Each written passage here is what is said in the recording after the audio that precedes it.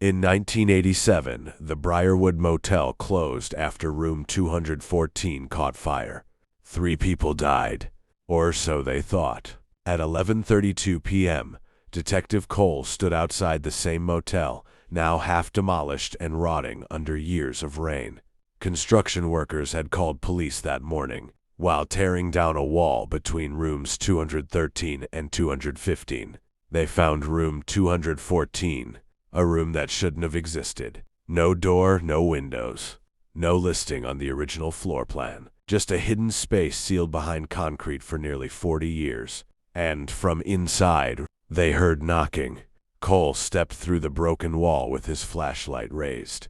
Dust floated in the beam. The room was untouched. A bed, a lamp, a suitcase. Yellow wallpaper peeling at the edges, like time had stopped.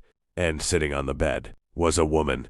Thin, pale, gray hair falling over her shoulders. Still wearing a motel uniform. She looked up slowly. Did they finally send help? Cole's throat tightened. Her NAMA tag read, Elena. She had been reported dead in 1987. How long have you been in here? Cole asked. She blinked. A few days, she whispered. Outside, one of the workers crossed himself. Cole stepped closer. There was a fire, Elena. That was almost 40 years ago. She stared at him, then smiled. No, she said softly. The fire is tomorrow. The motel lights flickered. The temperature dropped. Cole's radio screamed with static. Then, from the hallway outside room 214, came the sound of guests checking in. Suitcases rolling, laughter, keys dropping on the front desk. Sounds from 1987.